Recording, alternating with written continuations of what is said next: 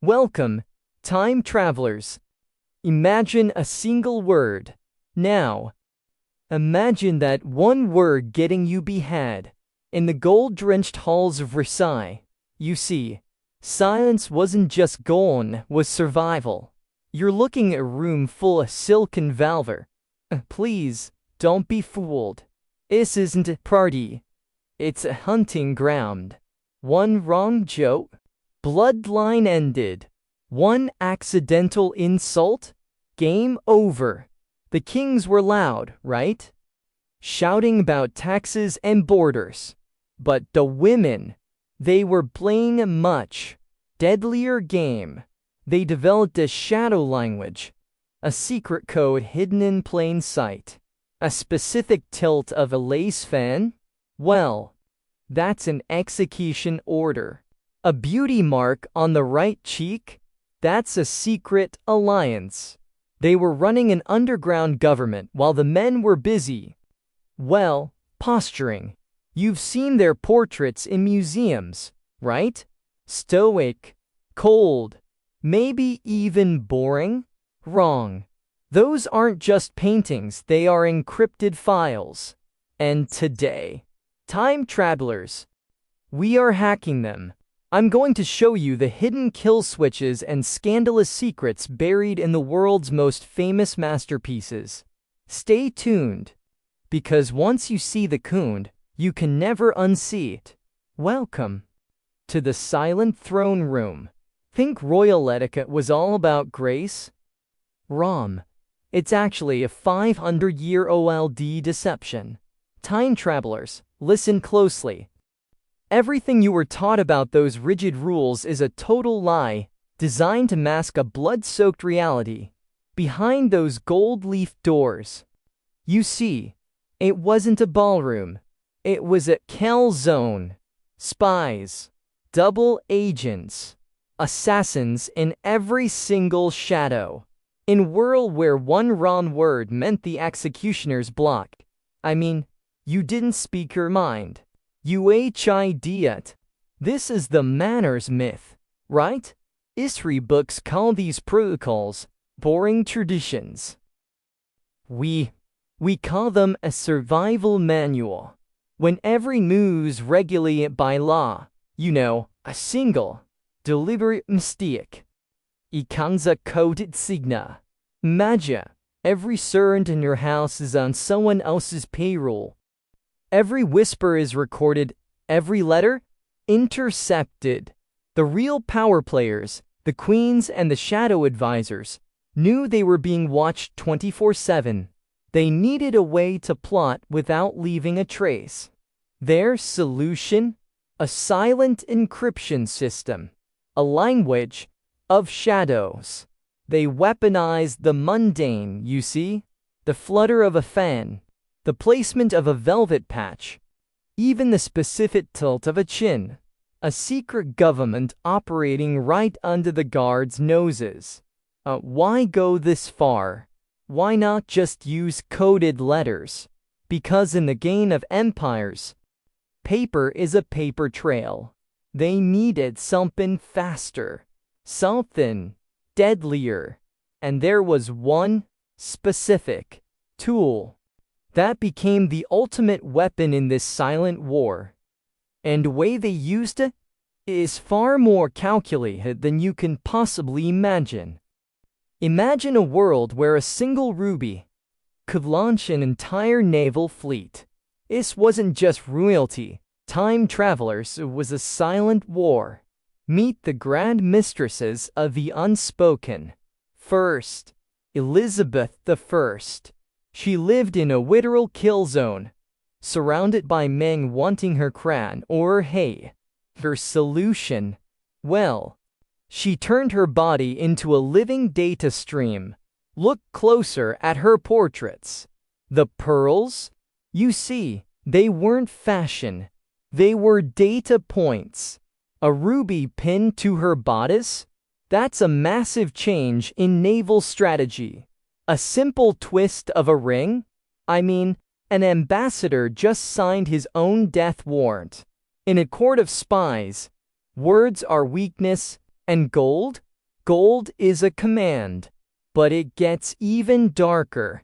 Enter Empress Sisi, the ultimate psychological ghost.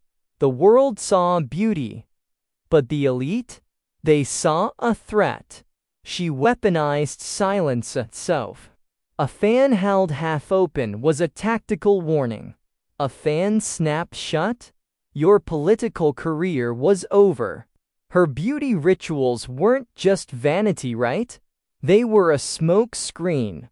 While emperors stared at her jewels, she was puppeteering all of Europe with a single glance. How? Well, they were programmed. See, hidden in royal nurseries was the manual of gestures, a secret curriculum.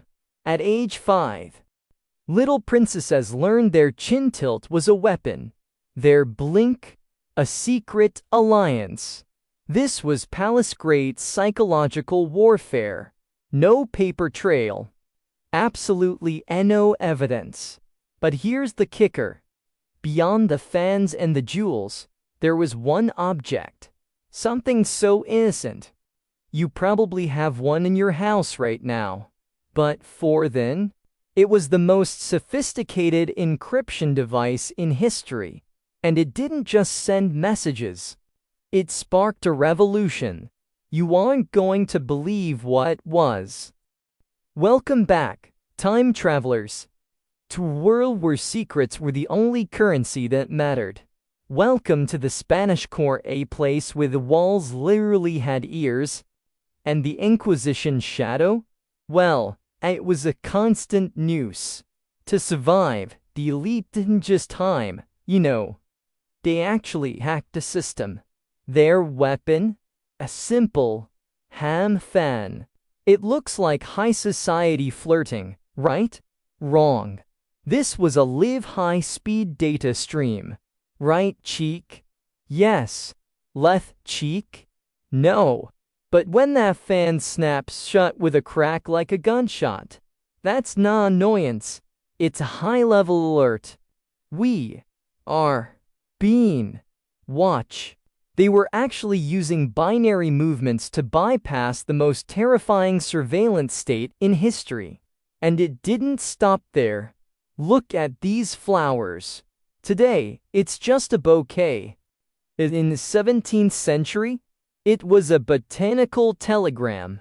This wasn't poetry, you see. It was tactical. A single misplaced thorn, or even a tilted stem, didn't mean I love you. No, it meant the king has discarded the plot, or execute the coup at dawn. No code books, no paper trail, just a decentralized intelligence network, stored entirely in the minds of women living under the alpha pressure. How did they keep these keys from leaking even under the Frid torture? The answer involves a secret society of silence, and the piece of jewelry so explicit. It makes everything we've seen so far look like child's play. And trust me, time travelers, you are not ready for what was hidden inside. Stop. Look at your hands. Could you kill a man just by turning a ring? For Elizabeth I, you see, it wasn't a question. It was her reality. Welcome, time travelers, to the world of the invisible coup. Forget the speeches. Forget the signed treaties. The real history, it happened in total, terrifying silence. Picture this. A traitor stands before the Virgin Queen. He's begging for his life, right? But the courtiers aren't listening to her voice. They're staring at her finger. If she turns her ring inward, mercy. A second chance. If she takes that ring off and places it on the table, that's not just gold-hitting wood. That is a death warrant. No trial. No screaming. Just the sound of a life ending. In absolute silence. Think that's intense? Believe me, it gets deadlier. Fast forward to Empress Sisi of Austria. The world saw beauty obsessed with flowers. But the secret police? They saw a threat. Why? Because Sisi was using florography to build a revolution. A bouquet of lilies and violets wasn't just a gift, it was a coded map for Hungarian radicals. She was bypassing every spy in Europe using a medium no man of that era took seriously. One misunderstood petal? Execution. One misplaced blossom? Total war. These royals turned their own bodies into encryption devices. They didn't need to shout to be heard across history. They just needed the right signal. But here's the kicker. As clever as the flowers were, there was one code even more dangerous. A secret hidden not in jewelry, but in the very fabric of their clothes. A code that protected a bloodline that, shouldn't even exist. And honestly, you won't believe where the evidence was hiding. Greetings, time travelers. Imagine this. You flick your fan just 1 millimeter too far. The result? Well, it wasn't just a social blunder. It was a death warrant. You see, in the cold European courts, mistakes didn't get you cancelled, they got you executed. Just look at the Spanish Inquisition. They weren't just listening for forbidden words, right? They were literally scanning for strange gestures. Every blink, every adjustment of a veil, every single glance at the Queen was a massive risk.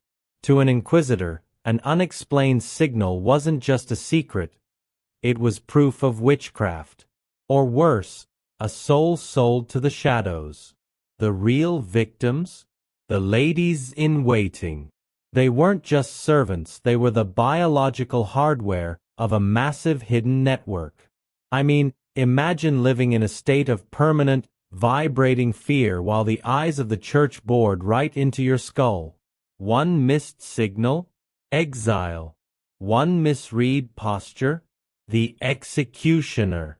A flick of a fan could get a lover caught, and a misplaced flower? It could trigger a failed coup. These women were caught in a brutal double bind. Stay silent and be branded a conspirator, or speak and betray the crown. Your tongue was a prisoner, Your body was a billboard for someone else's agenda. A life of golden cages and velvet gags. But here is the really terrifying part. As dark as the Inquisition was, it wasn't the most dangerous place to use this code. There was one royal chamber where this silent language wasn't used to protect a queen, but to dismantle an entire empire from the inside. And the key to this final betrayal? Well, it wasn't a gesture. It was a single misplaced piece of jewelry that historically should not have existed. So, time travelers, the next time you find yourself standing before a stoic portrait in a museum, don't just look at the crown. You see, you need to look at the hands. The secrets of the world's greatest empires are still being told to this very day now. You just have to know how to listen to the silence. Take, for example, a famous and deeply mysterious masterpiece hanging in the Louvre. The portrait of Gabrielle d'Estrées and one of her sisters. For centuries, casual viewers have been baffled by the strange, seemingly awkward way her sister reaches out to pinch Gabrielle's breast. But, trust me, this wasn't just an odd artistic choice or a moment of courtly play, right? It was a hidden Easter egg, a silent, high-stakes message to the royal court that historians ignored for generations. That single gesture was a coded announcement of an illegitimate royal pregnancy, a signal of a new heir that could have shifted the entire balance of power in France. It was a confession, made in oil and canvas, meant only for those who knew the code. But here is the most mind-blowing realization. These codes, they didn't die out. They didn't vanish with the era of guillotines and velvet, no. They evolved. The silent language of power has simply moved, from lace fans and hand gestures, to the subtle placement of a lapel pin during a televised address. Or perhaps, the specific way a modern world leader adjusts their watch during a high-stakes summit. The signals are still being sent. We've just forgotten how to see them. Make sure to subscribe to join our next expedition into the shadows of history. We're uncovering the truths that have been hiding in the light all along. So, time travelers, tell me in the comments, what other secrets do you think are still hiding in plain sight? Until next time, stay curious and keep watching the signals.